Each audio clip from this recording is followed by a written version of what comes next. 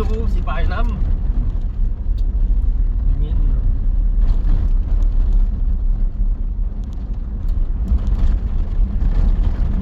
แม่เรียบกับแม่ริ้วสิไป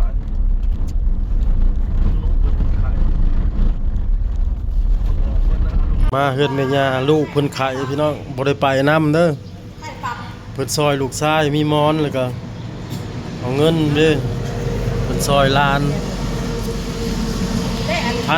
พันเอ็ดพี่น้องให้บ่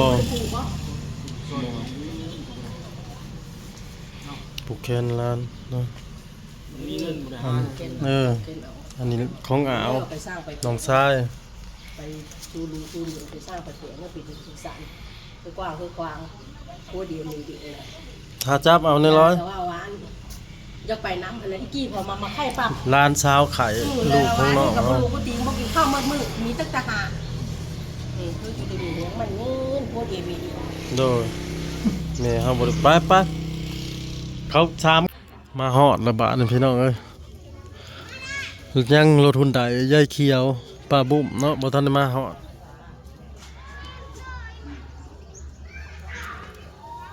ใช้เคยนะทาสิมุอ๋อ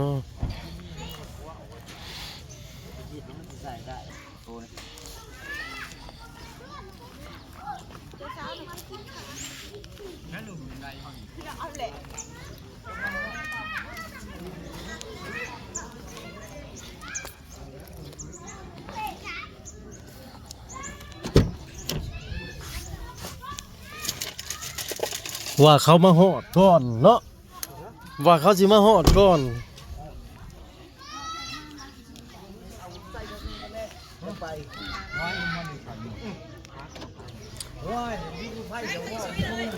ยังทันมาคันขินมีแล้ว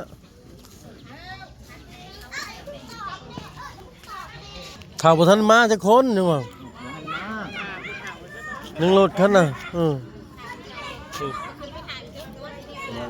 บ่ถ้าคนเฮาบ่ทันมาฮอดว่าในรถนี่เบิ่ง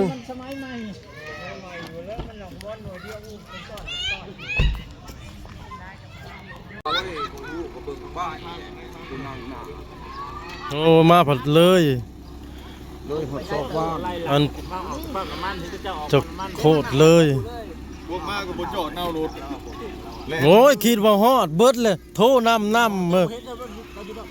บ่ได้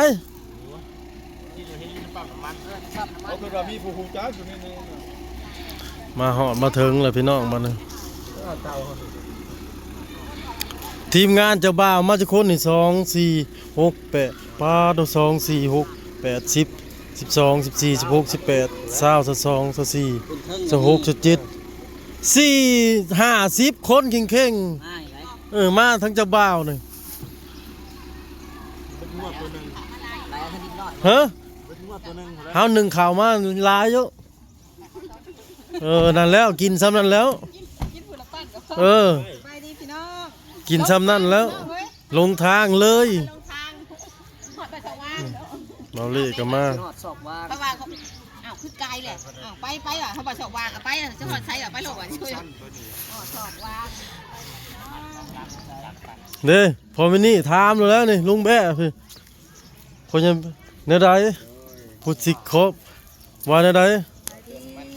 มายังเขาถามเนาะชวนสิขับไปคอเด้ก็บอกเพิ่นแล้ว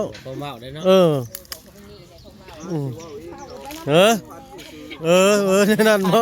พ่อใหญ่เป็นผู้เบิกหน้าให้ว่าซั่น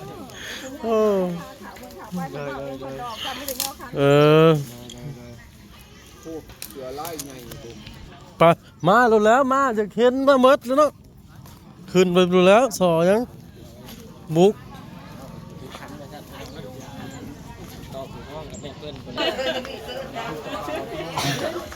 มาแล้วทั้งเจ้าพายเจ้าโคตรมาแล้วปาดเมียน้อยคือเฮ็ดสุดคักเท่านี่น่ะงามแท้โอ้ย สำบายดีสำบายดีดองฮะ พอแล้ว ขอเมื่อเฮือนหรือขอสู้อะนะ ขอสู้ ลงไม่ลงยังลงนี่นี่ฮะทั้งว่าอยากถามทั้งสองตั้งสองถ่ายเนี่ยว่ากันเนี่ยบอกผ่านมาเรื่องนะทิ้งสอง เว้าอยู่แต่ยังบ่แล้ว มันอยู่ขนาดเดียวแล้วไปไหนขาดอยู่นี่จะว่าห่างข่าวมาพอนี่แหละ ตามขน้อยขนมเล่าให้เราเราจะถามเพราะว่าคนเล่ากันเนี่ยปวดมันผมโม่ในบ้านเลย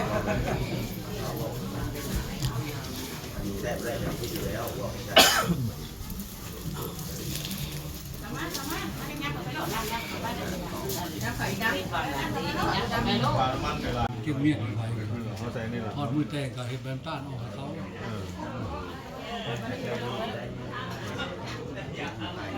สู้แล้วมันพี่น้อง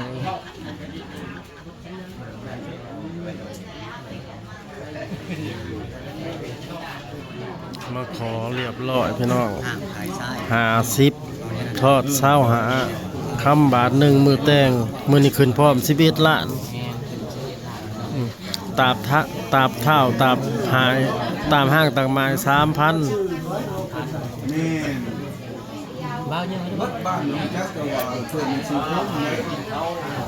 ชื่อ แขกทั้งฝ่ายชายเฮา ไปโอ้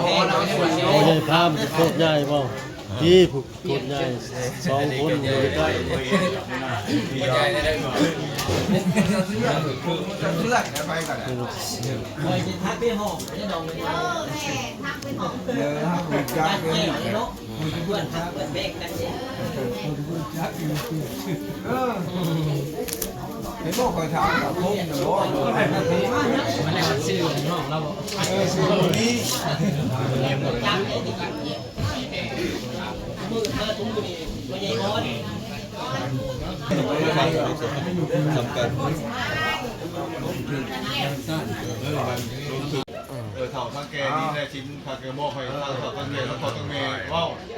กาสิได้มอบให้เลยน้องทางเถ่าแท็กซี่เป็นลูกเป็นเต้าเป็นลูกเป็นเต้าได้หมดเลยนี่แหละตอนนี้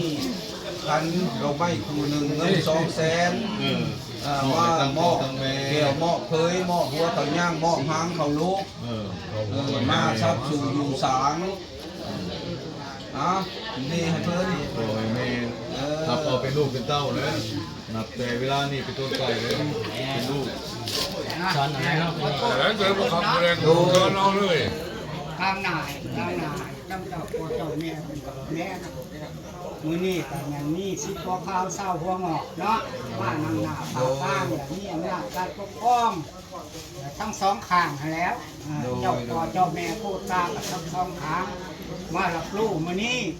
ว่าเท่านี่กับนางนี่มาสู่กองมือนี้โดยนี่เป็นมือช้างวันสอดประกอบวันงามหัวเมียมือสร้างลูกปุ๊กขึ้นได้มือนี้เนาะโดย ทั้งสองนับแต่มื้อนี้ต่อไปกะลูกหลานน่ะกะที่ได้ขาดและเป็นผู้บ่าวโดย เขาสิเอิ้นพ่อได้กว่าต่อไปพ่อไปแม่ไป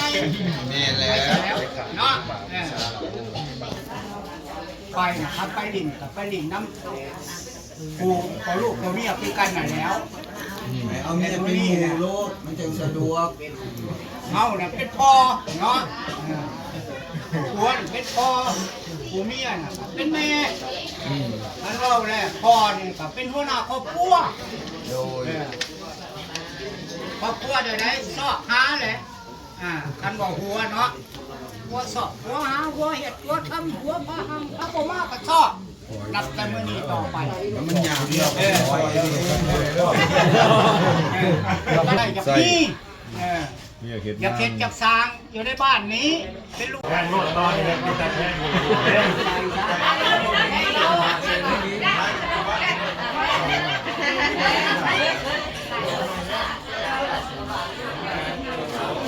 ส่งลูกชายพี่น้อง บัดเต็งที่ลูกเป็นแล้วก็บะบัดกันกัดไปของเขาซื้อ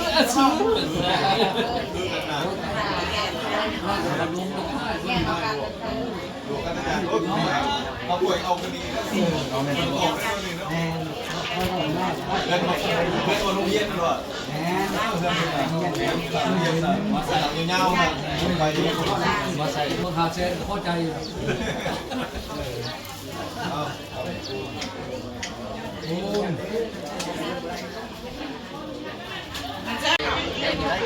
ไม่ได้นี่โอ้พาเจ้าบ่าวเขานี่แหนมเบิ่งมิตรพาเจ้าบ่าวเอาละโอ้มีเบียร์อีก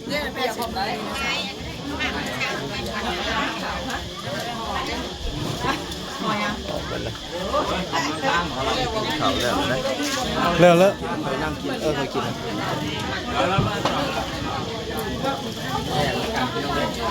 ฮะนินแม่น่ะเอาแม่น่ะเบียร์น่ะฮะว้ายหอแล้วเด้ย ใครจะดับทะลุป่าใหญ่เนาะ โอ้ทางพ่อบ้านเพิ่นอยู่พูนเนาะก่อนแหนมเบิ่งมีแต่คนบ้านเฮาแท้นี่น่ะบ่แหนมมันก็มีแต่คนบ้านเฮาแท้นี่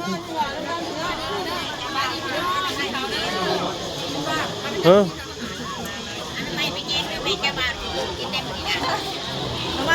บ้านเฮาจักโตนี่น่ะ1 2 3 4 5โตผู้ใดโอ้ยเป็นเด้อผู้จะเจ๊ผู้บ่เจ๊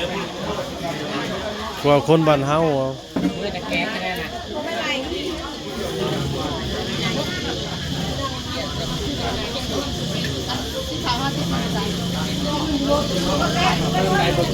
เด้ผู้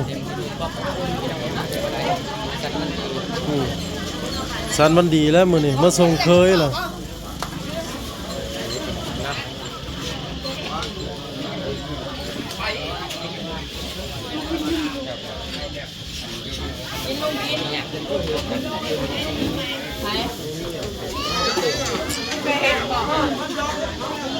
มันอยู่ในเบ็ดสลับปีอยู่นะข้างถึงมา